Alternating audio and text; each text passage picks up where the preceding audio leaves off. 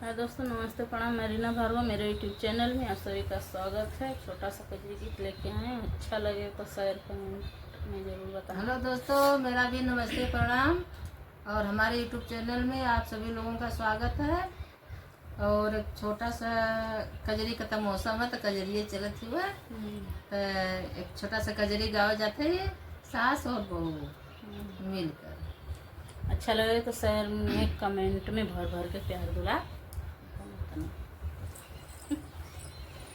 राधे श्याम बलावा पानी के हो बहानावा हो आंगनवा कैसे जाइए बलामू। राधे श्याम बलावा पानी के हो बहानावा हो आंगनवा कैसे कता सास ससुर की चोरी, दूसरे उमर की हो कमजोरी, दूसरे उमर की हो कमजोरी, तीसरे सोर मचावे गोदे कहोरी लावा हो आंगनवा कैसे तीसरे सोर मचावे गोदे कहोरी लावा हो आंगनवा कैसे आई बलामू। राधे श्याम बलावा पानी के हो बहानावा हो आंगनवा कैसे राधे श्याम बोलावा पानी के हो बहानावा हो आंगनवा कैसे आई बलामू। एकता जेठ जेठान की चोरी, दूसरे उमर की हो कमजोरी, दूसरे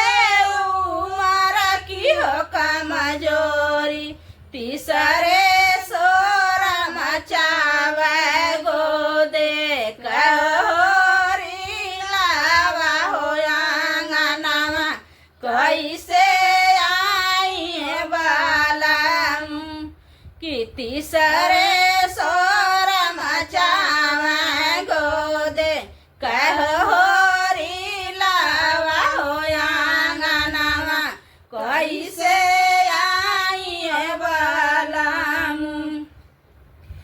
राधे श्याम बलावा पानी के हो बहानावा हो आंगनवा कैसे आई बलामू।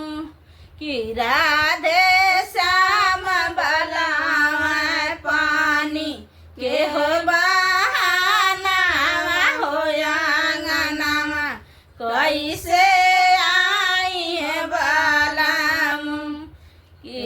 कता देवर देवरान की चोरी, दूसरे उमर की हो कमजोरी, दूसरे उमर की हो कमजोरी, तीसरे सोर मचावे गोदे कहोरी लावा हो आंगनवा कैसे